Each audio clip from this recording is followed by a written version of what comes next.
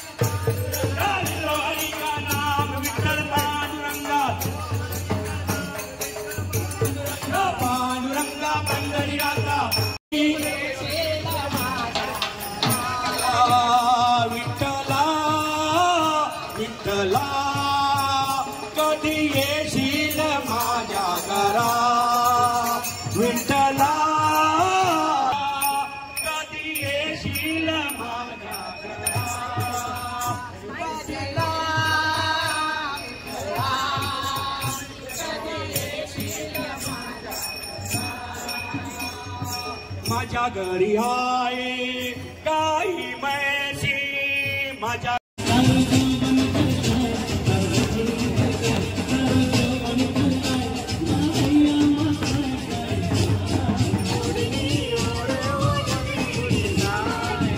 गोकुळामध्ये केला हरी ओम विठ्ठला गोकुळ में विठ्ठला गोकुळ में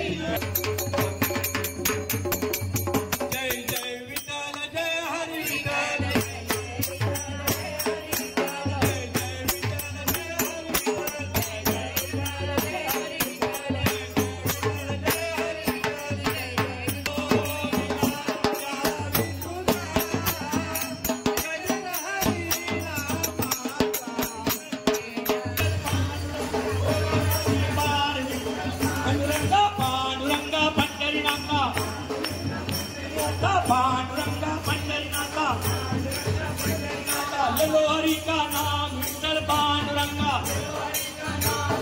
पांडुरंगा ले लो हरि का नाम विठ्ठल पांडुरंगा पांडुरंगा पांडुरंगा पंढरीनाथा